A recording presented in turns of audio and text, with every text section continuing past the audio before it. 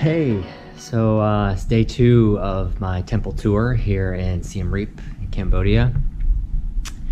And I'm starting off in Angkor Thom, which is actually one of the largest complexes in the area, but it has many temples within the walls. But I'm starting out at Bayon, and it has about 54 kind of Gothic featured towers with the Buddha faces on the front.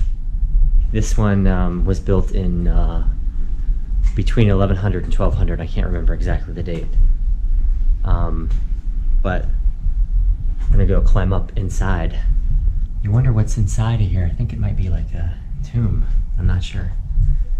It's kind of dark in here. Not sure if you'll be able to see me. But just walking through all these doorways. These small little tight walkways.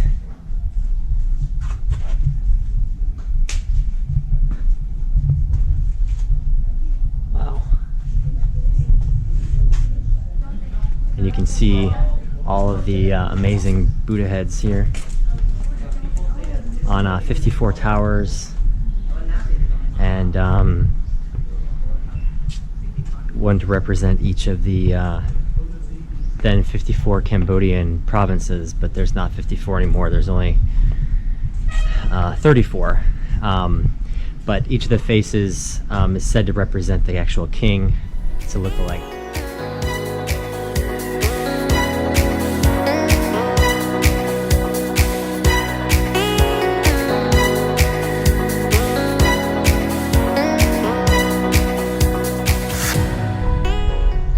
That was a really cool temple. Just walking up this long causeway to get to Baphuon. Baphuon. Another amazing temple here in Angkor Thom. We're gonna go temple hopping today and see all this amazing glory, beauty that was created, gosh, so long time ago.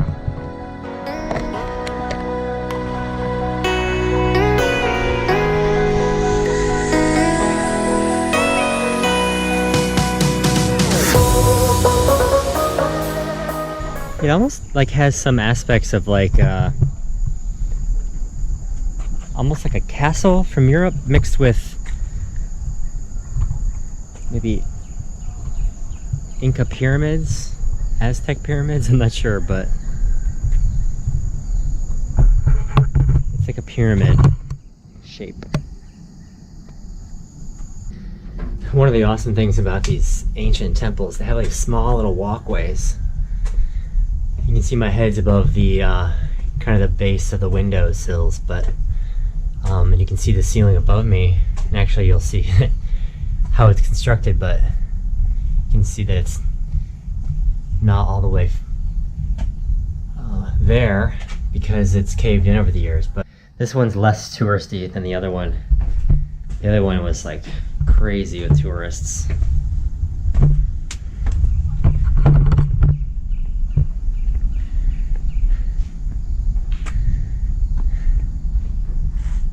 Yeah, it's just, these tunnings are stunning. These did I say these temples?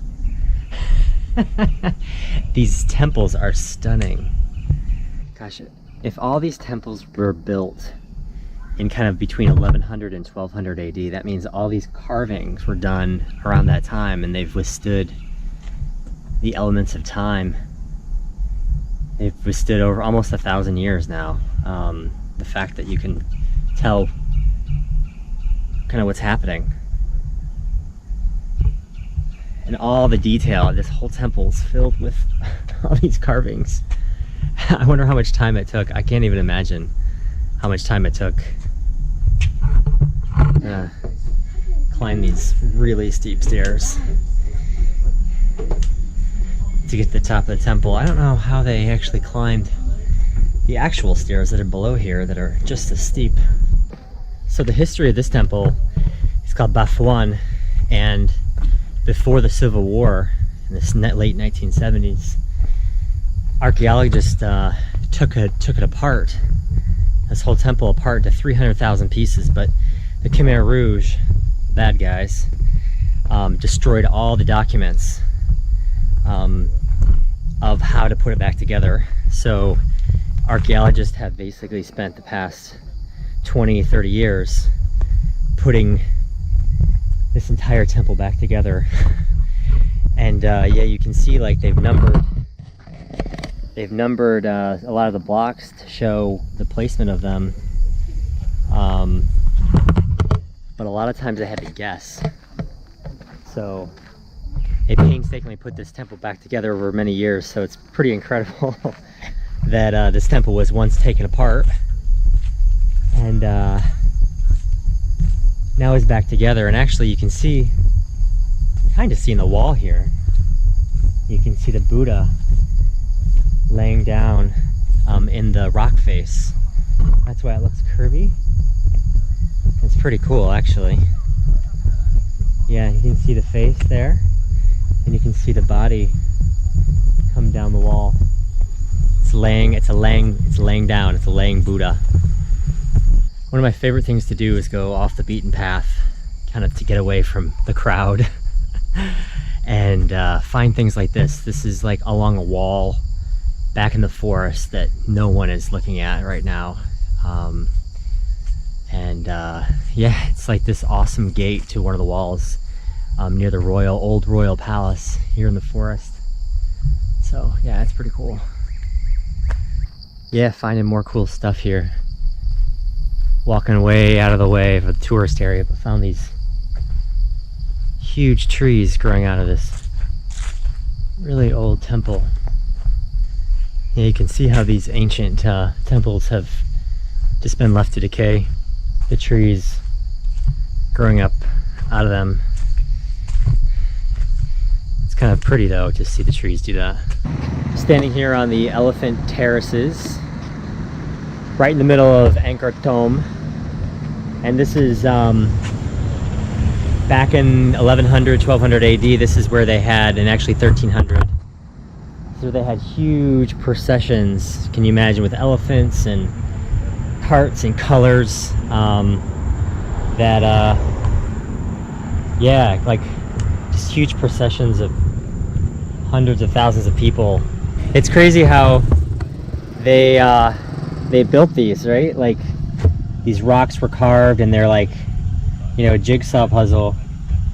But they hand carve them and then place them here, and they're not just like flat. I mean, they have like, it's almost like 3D. They kind of pop out, and it's not just one. They do that the whole way around.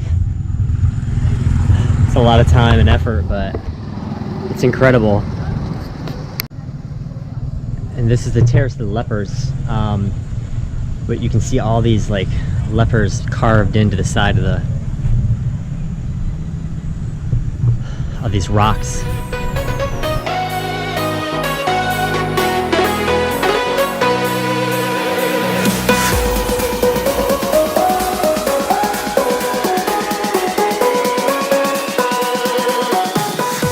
They say this was once the king's library. It's actually a really beautiful building, but I don't think there's any more books here.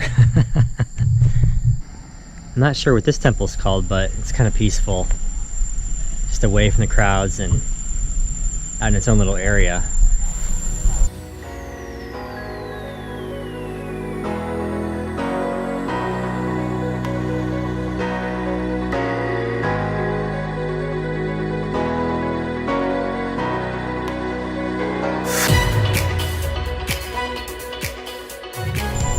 Just temple after temple after temple. It's one of the coolest things I think I've ever seen. Yeah, just like with most temples here in Angkor, you have to climb. So we're gonna go climb again. These stairs look pretty steep and pretty narrow all the way to the top. So here we go. No handrails, all stone. Not flat surfaces. Yeah, it's good exercise though. It's like doing squats. Ooh, perfect. Accomplishment of the day, or of the 30 minutes I'm here. Yeah, so this temple to Chau was never finished, actually. It got struck by lightning, and they decided not to finish it. So now there's a restoration project actually to finish it. But you can see here all the pieces they're still putting together. But it's painstaking just because there's thousands of pieces to figure out and put together. So, but oh yeah, see, there's some, you can see here the new stone, and you can see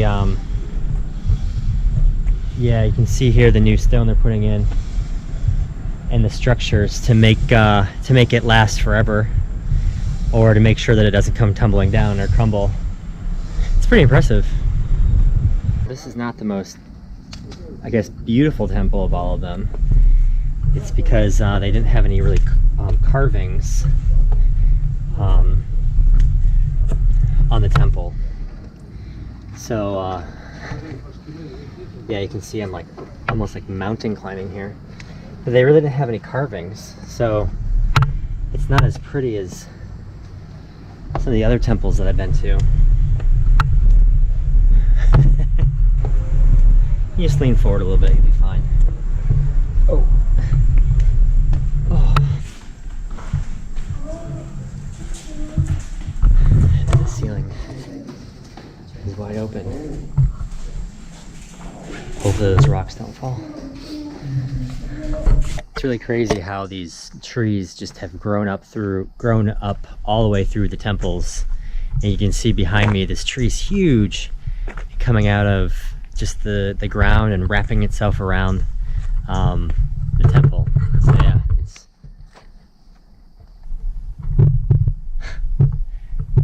just, these have been around for almost 1,000 years, and they're still standing, but many have fallen. Every single turn you take, it's just something brand new and stunning. Walking through all these little walkways here. This temple is Temple Kdei, and it was a home of monks, many monks. I hear bats up above. But just walking through this ancient temple, a lot of the door frames are tilted sideways. But it's just quite remarkable that we're able to actually come through these temples and experience the beauty that it was. And it's still beautiful even now that it's in ruins.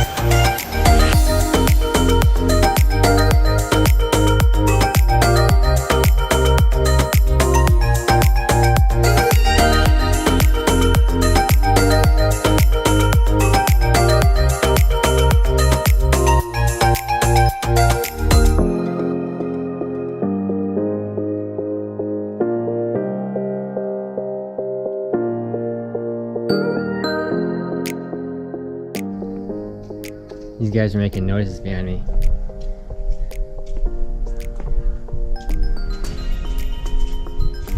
Going into a Buddhist temple.